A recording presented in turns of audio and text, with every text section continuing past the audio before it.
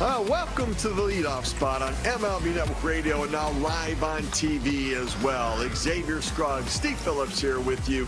And we generally start off the 9 o'clock hour taking around the bases today on all the top stories of the day.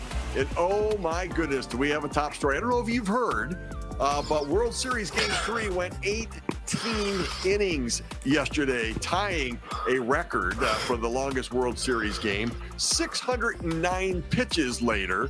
Absolutely nuts.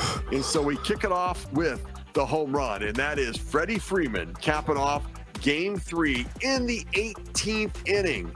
6 hours and 40 minutes later with a walk-off home run. Left field, carrying back, it is out of here! Ohtani stays on one! He's a unicorn. It's just, there's no more adjectives you can describe Shohei. It's 4 for 4, 5 walks. He finally got the pitch 2 his last at bat, and he still had the patience to not be trying to do too much and get on base. He's just incredible. Full count on Freeman. Little delivers. Freeman, it's one high in the air. Straight away center. Mr. World Series ends the marathon at midnight. It's one of the greatest World Series games of all time. Emotional, spent emotionally. We got a ball game later tonight, which is crazy. There's just a lot of heroes tonight. Obviously, Freddie put the exclamation mark on the game, but you see what Will Klein did. We heard sound there from Freddie Freeman himself and Dave Roberts, manager of the Dodgers. Steve, this was one of the most historic games that we'll ever see. Whether you are a casual fan or an adamant baseball fan, a long-lived baseball fan, this was an exciting game for 18 innings. Ultimately, Freddie Freeman put us all to sleep. Thank God. I couldn't wait to go to sleep, but I had to keep my eyes open. Freddie Freeman in the 18th inning, he's now done it again. You go back to Game 1 of the 2024 World Series last year, doing it in the 10th inning, the walk-off grand slam. He walks us off again in the bottom of the 18th inning off of Little there. Yeah, that to me too, Steve, if I can just, the focus, the understanding of what you're going to get left on left in that situation, staying on the sinker that ultimately was probably the best pitch he saw in that at-bat to give them the game, Steve. There was a lot in this game, but ultimately came down to Freddie Freeman being the same dude we've seen for the past almost decade and a half, right, in this game of baseball. Mr. Consistency, Mr. World Series, as you heard it, Freddie Freeman finishes them off in Game 3. It started off such a negative way for the Blue Jays in that first inning. With Vladimir Guerrero Jr., you mean 6 hours earlier? Yeah, 6 hours earlier, it started off a little weird, where, you end up with, I guess it was the second inning, with Bo Bichette, reaching base, and then Dalton Varsho taking a pitch that should have been called ball 4, but Mark Wegner, the home plate umpire, missed it. But Varsho assumed that it was a walk, and he threw the bat down, started going down, and Wegner's call was very slow, where he'll signal strike with his hand, but he won't say strike right away. And so Bichette at first base saw the pitch, and clearly it looked like a ball to him for ball 4. So he started wandering off the base, and he turns his back to home plate a little bit, and then realizes, oh, wait, the umpire called it a strike, but Will Smith had thrown the ball back to the top of the glass. Now he throws it over the first base, and they get Bichette out there.